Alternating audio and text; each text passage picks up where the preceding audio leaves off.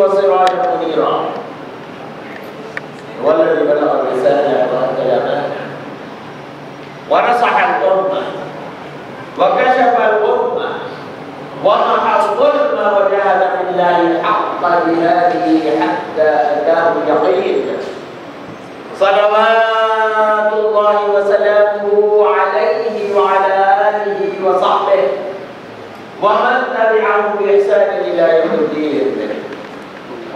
أيها الأخوة المؤمنون وحدوا الله فإن التوحيد رأس الطاعات واتقوا الله فإن التقوى ميلاد الحسنات وعليكم بالسنة فإن السنة تهدي إلى الإطاعة ومن يطع الله ورسوله فقد رشد واهتدى وإياكم والبدعة فإن البدعة تهدي إلى المعصية ومن يعص الله ورسوله فقد ضل وغوى وعليكم بالإحسان فإن الله يحب المحسنين. الله تبارك وتعالى أعوذ بالله من الشيطان الرجيم بسم الله الرحمن الرحيم والشعراء يتبعهم الغاوون ألم تر أنهم في كل واد يهيمون وأنهم يقولون ما لا يفعلون إلا الذين آمنوا وعملوا الصالحات وذكروا الله كثيرا وانتصروا من بعد ما ظلموا وسيعلم الذين ظلموا أي منقلب ينقلبون. صدق الله العظيم. وقال رسول الله صلى الله عليه وسلم إن من الشعر لحكمة. Respected brothers and sisters in Islam, we are continuing to understand the communication skills and we are continuing our course about the Muslim family with special reference to the Islamic marriage. And we have, a couple of weeks ago, we started speaking about Afat al-Lisan, the problems which are brought to a person as a result of misuse of the tongue of a person. And before we continue to hear criticism from the rest of the non-Muslim community that Muslims are not condemning enough what is happening in the world. So, from this pulpit, hundreds of times we have condemned injustice coming from within or without. Whoever is killing unlawfully we condemn, whether they are from within or from without. You see, whoever is claiming, like in my Quranic college class, somebody asked me a question yesterday.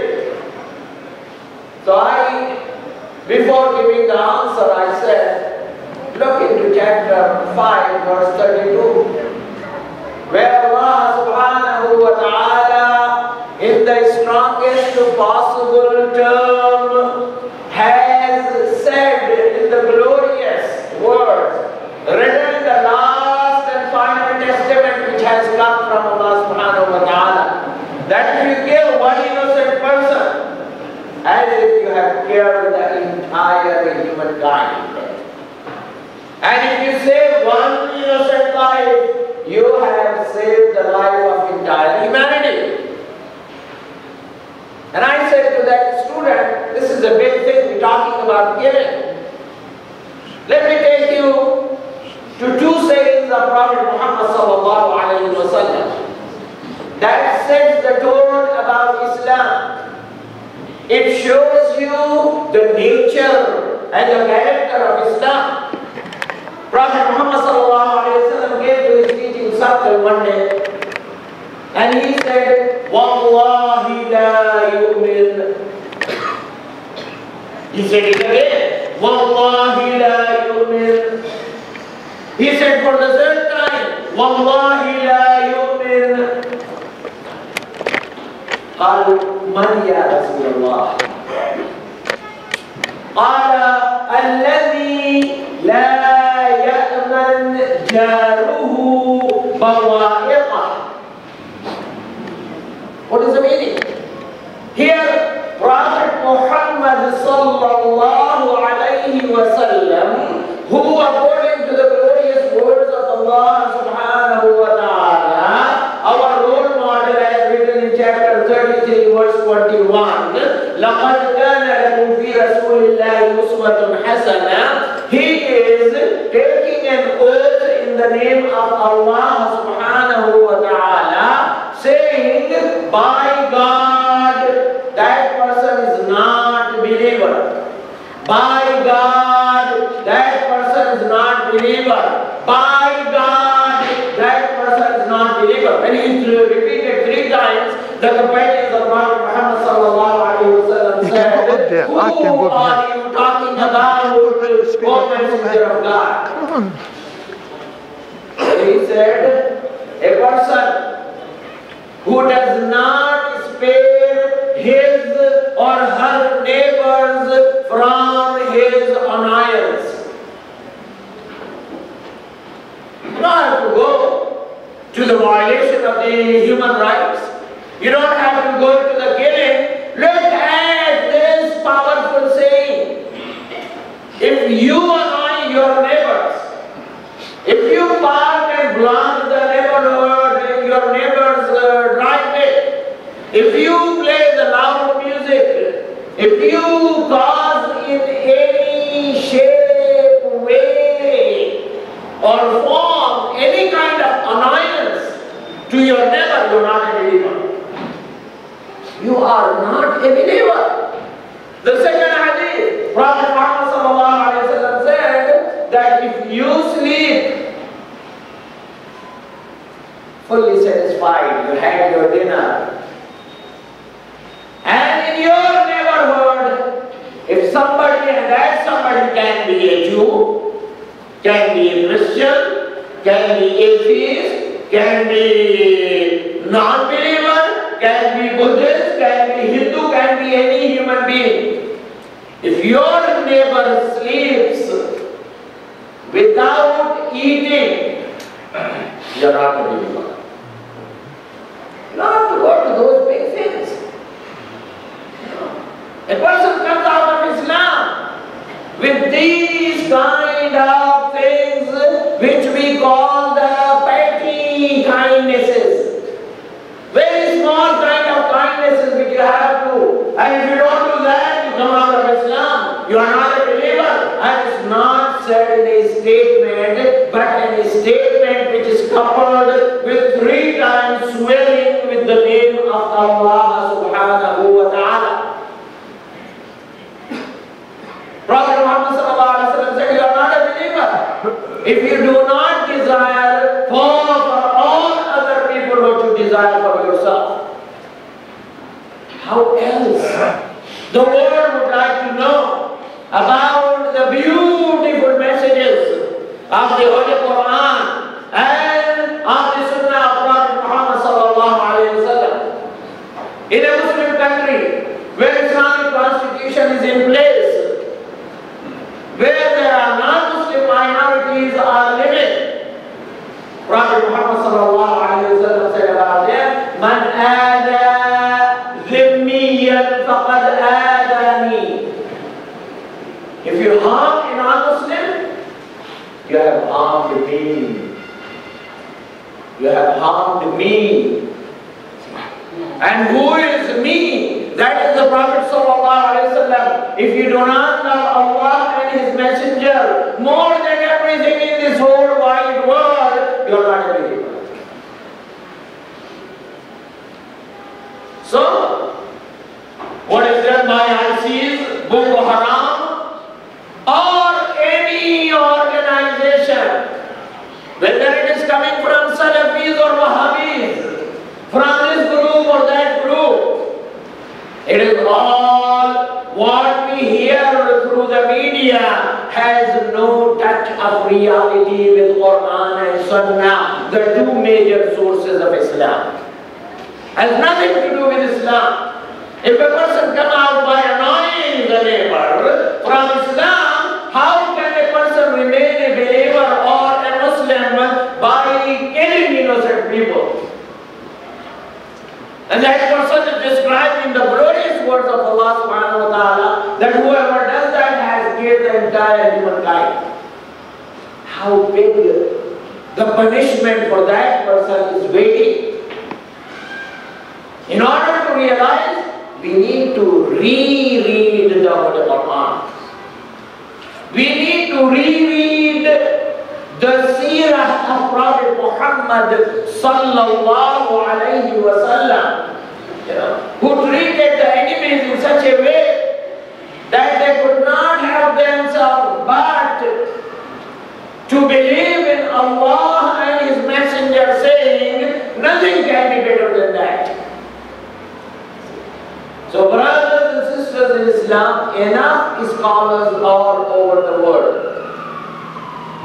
are condemning every evil, but we do not limit it to the Muslims, because the evil is coming from both directions. See, if you take the WMD and the pretext of the Second Gulf War, there is no justification for that war. What is the justification for killing that many people, destroying a country which is going to suffer in the next 200 years the kind of diseases which will be resulting into disabilities of the newborn babies? So we condemn the evil. We condemn the killing. We condemn every indecent act, whether it is done by a Muslim or non-Muslim, whether it comes from within or from without. Why?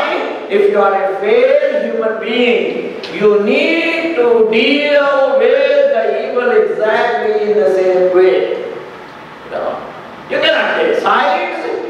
You cannot say that, oh, if I commit evil, that is the deed of righteousness.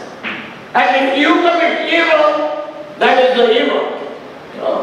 Like nowadays, if somebody is fighting for the freedom, he is terrorist.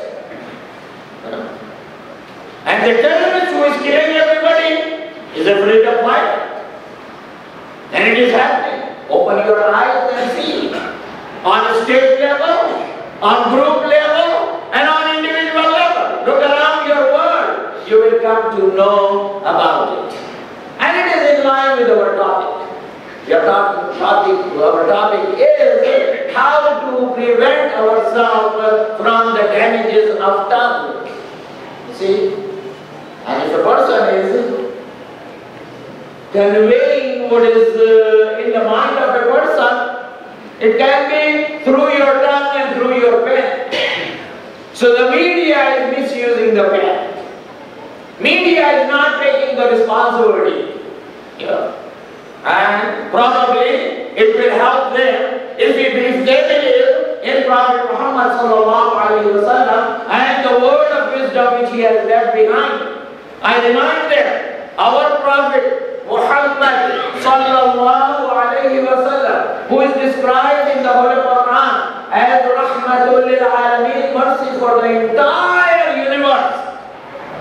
If they want to participate in distributing that mercy, because they have a duty and responsibility to be fair and to be honest, they should read this hadith of Prophet Muhammad sallallahu alaihi wasallam, where he said, the pen of a scholar, the ink of a scholar is holier in the sight of Allah subhanahu wa ta'ala than the blood of a martyr.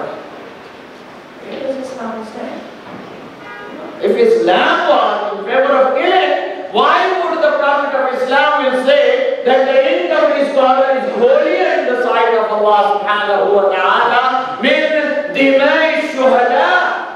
The martyr's blood is not that valuable in the sight of Allah subhanahu wa ta'ala as the ink of his scholar, because the scholar with his ink can prevent war and can prevent killing.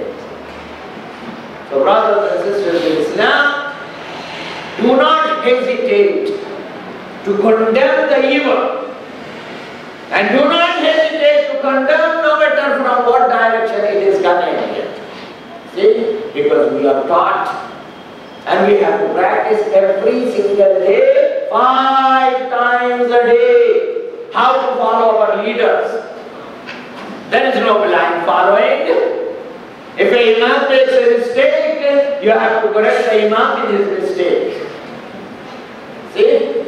This is how we follow our leaders.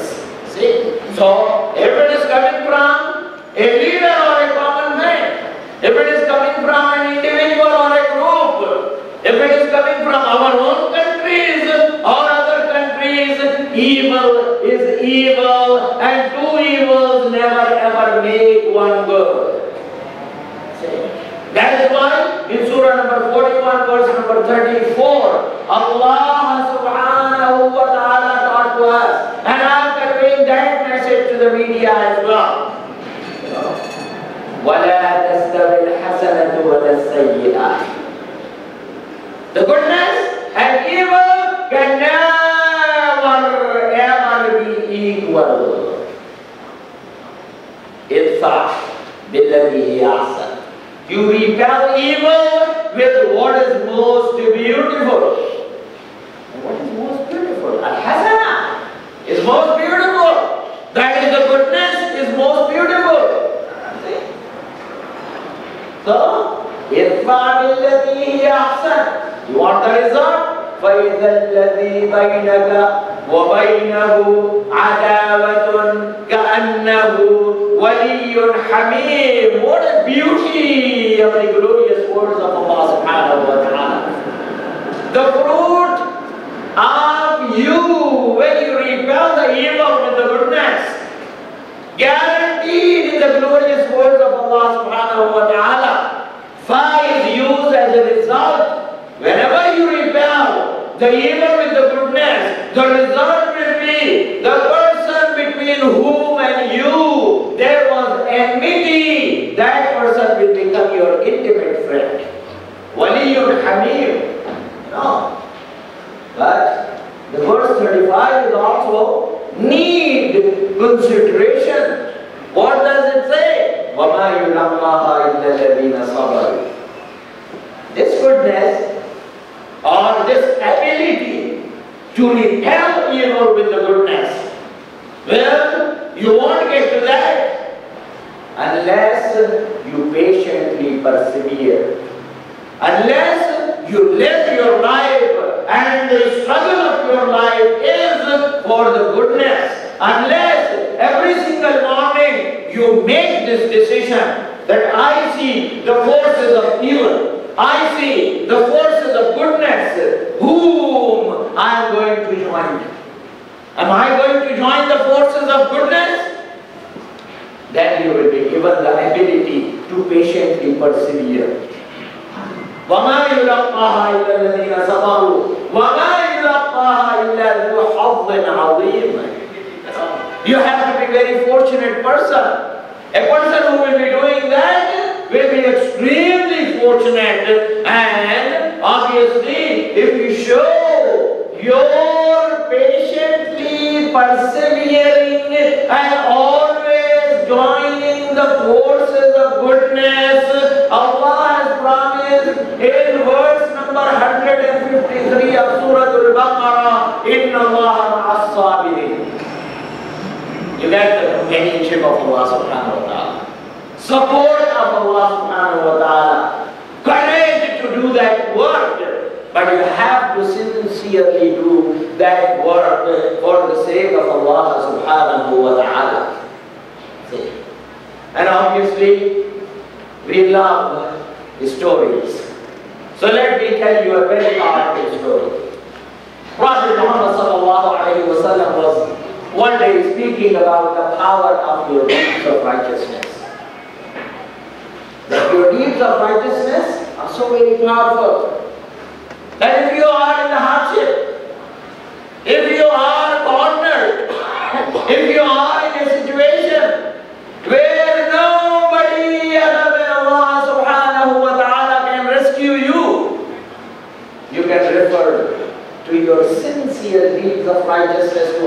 subhanahu wa ta'ala, and Allah will rescue you.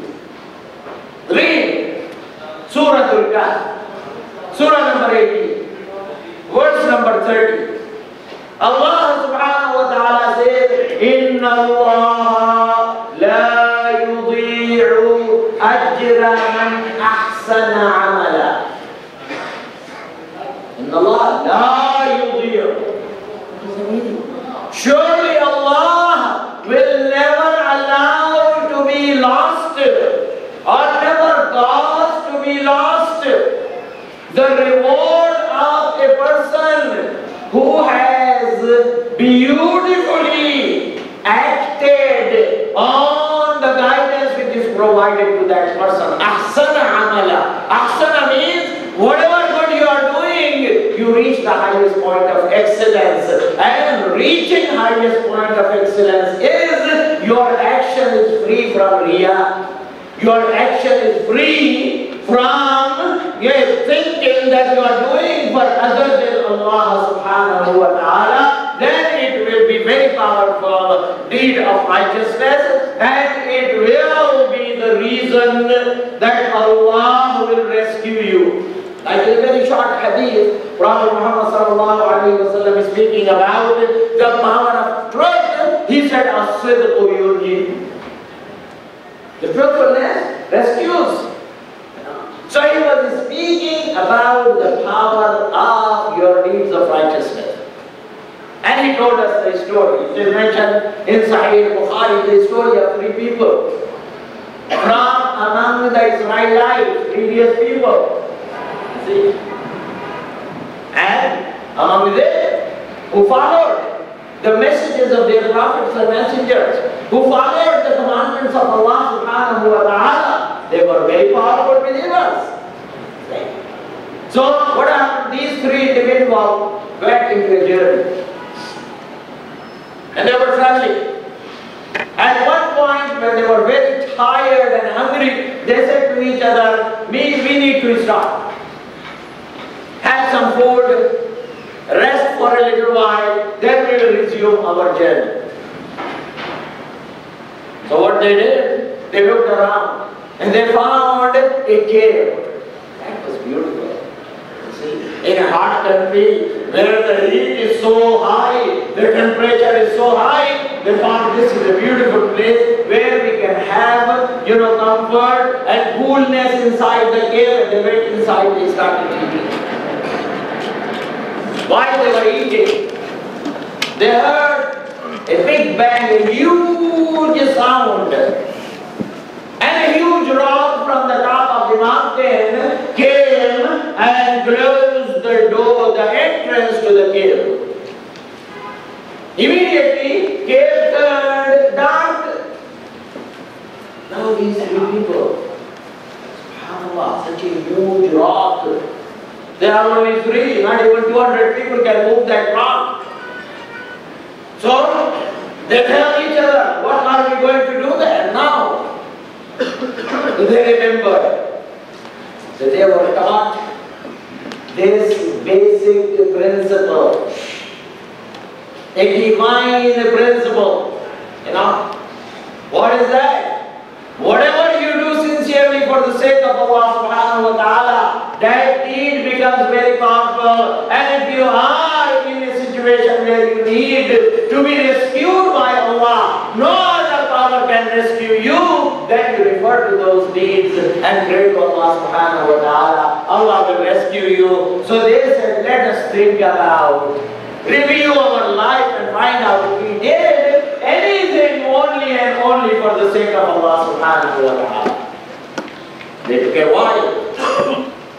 Then they decided each one of us will tell his story, and at the end of the story we will pray to Allah subhanahu wa ta'ala. So first person comes. And when I was taught about the beautiful teaching of Islam, the ways of submission to Allah subhanahu wa ta'ala, I was taught about the deeds of righteousness. Something that is stuck in my mind was, if you help poor people in improving their financial conditions, that is one of the greatest deeds deeds of righteousness. So he said, I was a building contractor. People came to work for me, laborer, constantly. And whenever they came, keeping that principle in my mind, I always paid them more than the going rate of the laborer. So one day, a man came to me. He said, I have a big project to complete. And I am a kind of person, when I have money, I end up spending it. I want to work for you.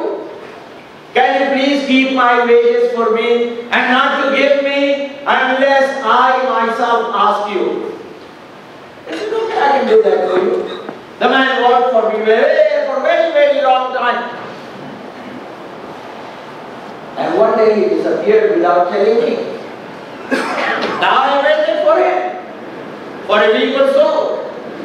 And then I decided, this poor guy, his money will lose because of the inflation, its value. So for the sake of Allah subhanahu wa ta'ala and to help this poor person, I invested his money, his wages. And Allah subhanahu wa ta'ala blessed his wages, his money so tremendously that it was multiplying day by day. And a long period of time passed, to the extent that it was taking tremendous amount of my time as well to look after his interest. And one day the man came. Said, you remember me? I worked as a laborer for you. I left my wages for you. Now I need them. Could you give me my money? In those days, people had their businesses in livestock. So I told the man, go outside. As far as you can see, all those camels and horses and cows and sheep and lambs and goats, everything belongs to you. That is the fruit of your money which I invested for you for the sake of Allah. The man said, look, I am a poor person, don't make fun of me. Can you give me my money? You won't believe me. So I said, Wallahi, by God, I invested your money and this is the fruit of your investment. Please do me a favor, take it and go away. So he took everything and he left. The man said, Ya Allah, you knew what was in my heart. If it was for you, help us. So the rock moved. A little bit. They can see the light, but there isn't enough room to come out. Now the second person comes. Like him, he said, I was also gone, but I wasn't rich. I was a poor farmer. What is stuck in my mind was the importance of the parents. You know, you want to know importance of the parents? Read Surah number 17, Surah Bani Israel, verses 23 and 24. See? Allah subhanahu wa ta'ala says, وَقَضَى رَبُّكَ أَلَّا تَعْبُدُوا إِلَّا إِيَّاهُ وَبِالْوَالِدَيْنِ إِحْسَانًا. Those two verses full of instruction. You are not allowed to say even two-letter words to your parents. That is off. That will be considered the word of contempt. Lower your wings of the humility for your parents. Pray for them. Say, رَبِّ ارْحَمْهُمَا كَمَا رَبَّيَانِي صَغِيرًا. Yeah. So he said, it is stuck in my mind. The most important thing after worshipping Allah subhanahu wa ta'ala is to take care of your parents. So my parents lived with me. We did nothing without starting it with our parents. If we are eating, we give the food to the parents first and everything. And one day, I was working in my farm and I was extremely late when I came. My wife told me the children are already asleep and we have no food. So I went and I made the goat and I took the milk to my parents and I found them asleep. So I was in a fix. What should I do? If I wake them up, this will cause discomfort to them. And if I go away, they might wake up because of the hunger and that will be even more painful for me. So I decided to stay there holding the cup of the milk all night long after working all day long. And they did not wake up until morning. And I gave them the milk. My mother said, did you stay here all night? I said, yes. She prayed for me. Oh Allah, you knew what was in my heart. If I did that for your sake and for your good pleasure, help us. Now Allah moves a little bit more. Then the third person comes. He says, I was in a neighborhood where I grew up with a girl who was the most beautiful girl in our neighborhood. And she grew up to be the most beautiful person. I always wanted to marry her. But it was not materialized because some people, families, because we are rich, they are poor, they don't like that, so it did not happen. One day that girl came to me. And when I learned in my childhood the things, what stuck in my mind was how horrible zina, fornication is. I always hated that. So the girl came to me one day and she said, we are in tremendous hardship. Can you help us with money? He said, that is the point, is Satan started playing with my mind. I told her, yes, I'll give you all the money you need. You should come and spend a night with me. And she agreed. I was the happiest man on face of earth. I was waiting for her. At night she came. And I was about to go near her. She told me, Taqillah, fear Allah. Don't do that. You know that it is haram, it is unlawful to have this kind of relationship without the marriage. I moved back. I started shaking. I thanked her for reminding me. I was going to harm a person whom I love most dearly in my whole life, and I was going to disobey Allah subhanahu wa ta'ala. I told her, take any money you want. I'm not even going to touch. Thank you very much for reminding that. He said, Ya Allah, if it wasn't for وَأَمَّا مَنْ خَافَ مَقَامَ رَبِّهِ وَنَهَى النَّفْسَ عَنِ الْهَوَىٰ, as the Holy Quran says, if it wasn't for your fear and the fear of your displeasure, no power in this world would have stopped me from having the relationship with the girl whom I loved most dearly. And if I did that, if I prevented myself because of the fear of your displeasure, help us. And Allah helped them. The power of good deeds. The Quran moved, and all three were able to come out. Inna Allah la yudhi'u ajra man ahsana amala. If you do your deeds of righteousness and try to reach the highest point of excellence in your good deeds, then Allah promises that He will help you and He will rescue you when you needed to be rescued. Inshallah, brothers and sisters in Islam, time is over already. We will continue learning those beautiful golden principles from the Quran and Sunnah. Brother Razi is sick. Of course, you know that he is the person who owns this place.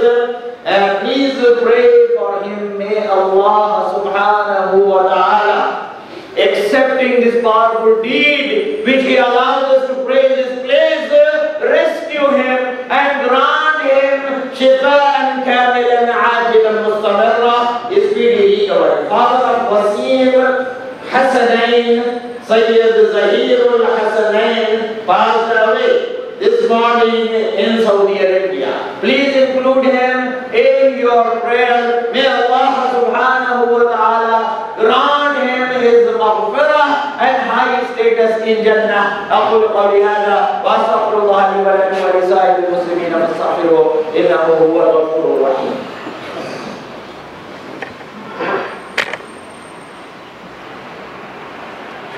الحمد لله حمدا كثيرا كما أمر، وأشهد أن لا إله إلا الله وحده لا شريك له إرغاما لمن جحد به وكفر، وأشهد أن سيدنا ونبينا محمدا عبده ورسوله سيد الخلائق والبشر. قال الله تبارك وتعالى: إن الله وملائكته يصلون على النبي يا أيها الذين آمنوا صلوا عليه وسلموا تسليما. اللهم صل على محمد وعلى آل محمد بعدد من صلى وصام، وصل على محمد وعلى آل محمد بعدد من قعد وقام، وصل على جميع الأنبياء والمرسلين والصحابة أجمعين والتابعين وتبع التابعين والسلف الصالحين وأولياء الكاملين وعلماء الراسخين إلى يوم الدين. رضوان الله تعالى عليهم أجمعين. اللهم أعز الإسلام والمسلمين. اللهم اجعلنا من الذين يستمعون القول فيتبعون أحسنه. اللهم وحد كلمة المسلمين. اللهم ألف بين قلوب المؤمنين. اللهم اشف مرضانا ومرضى المسلمين. اللهم ارحم موتانا وموتى المسلمين. اللهم اغفر لجميع المؤمنين والمؤمنات والمسلمين والمسلمات الأحياء منهم والأموات إنك سميع قريب مجيب الدعوات برحمتك يا أرحم الراحمين. عباد الله رحمكم الله، إن الله يأمر بالعدل والإحسان وإيتاء ذي القربى وينهى عن الفحشاء والمنكر والبغي يعظكم لعلكم تذكرون. اذكروا الله يذكركم وادعوه يستجب لكم ولذكر الله تعالى أعلى وأولى وأعز وأجل وأهم وأتم وأعظم وأكبر والله يعلم ما تصنعون. أقم الصلاة.